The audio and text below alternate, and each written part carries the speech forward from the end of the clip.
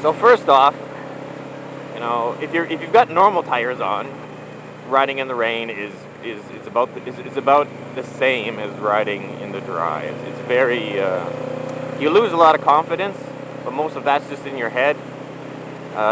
You need to be more aware of painted lines, like the yellow lines here and the white lines.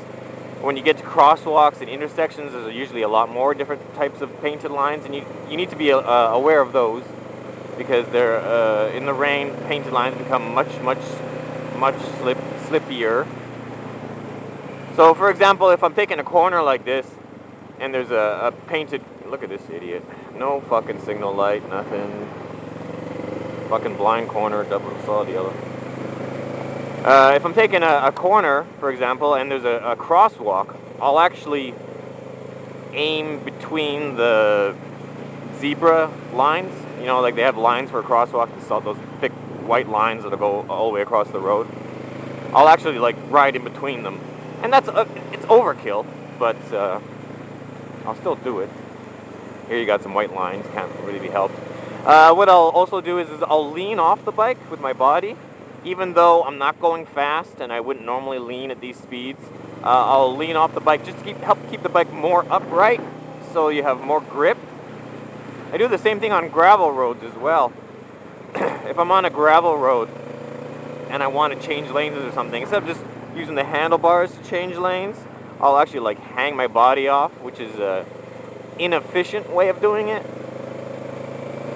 But it's as long as the more upright the bike is, the better traction you have. So right now I'm hanging my body way off to the side, as if I'm a MotoGP racer, even though I'm probably doing under the speed limit.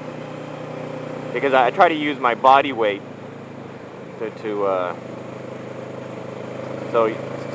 change direction more so than normal, because I want the bike more upright than normal, because I want more of the wheel on the ground. So, and it actually looks kind of stupid, me doing this, because it looks like I'm trying to act all MotoGP-ish, even though I'm doing a slow speed, and these two guys aren't doing it, but I do it anyway. It's just better traction. I tell that to the guys on my tours when we're riding on scooters. I'm like, if you're in the mountains and the ground is wet, a little bit of muddy, hang your body off the scooter. Change lanes by using your body weight a bit more. And when you're taking corners, get your weight off, just so you don't need to turn the scooter as much. And in general, they ignore my advice. And in general, we had a crash every time we were in those types of conditions.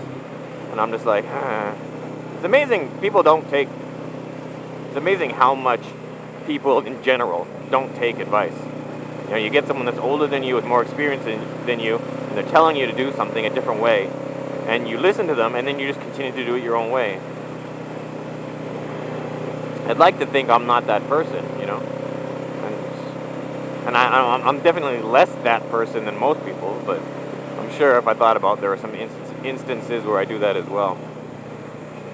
Another thing you can do is see what we're doing.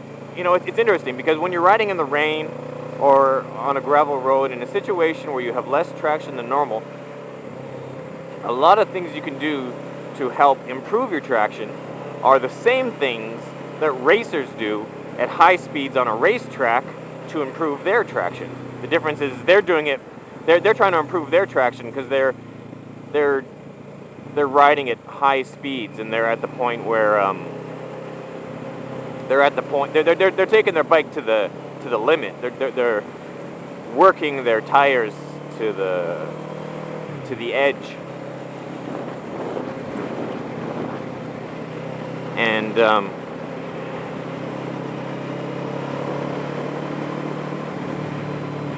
And that's why they're doing some of these techniques.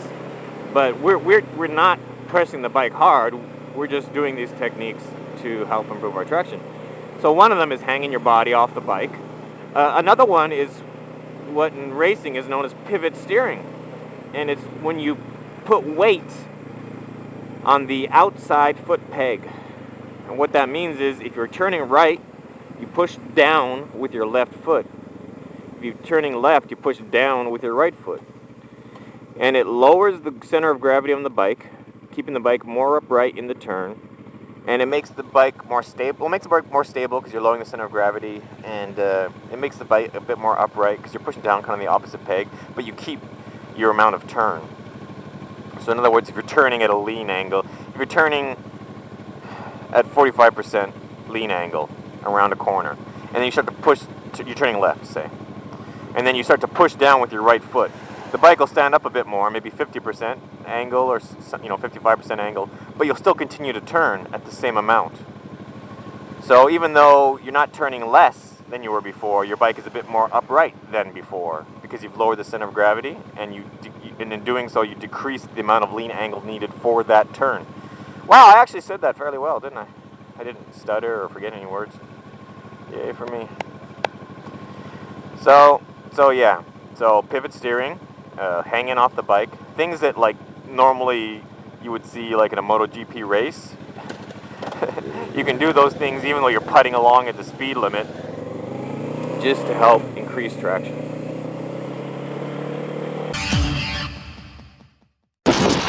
A 1000cc GSX-R has 6 gears. You know what else has 6 gears? My bicycle. Yeah, boy! That's how I roll. He doesn't even look.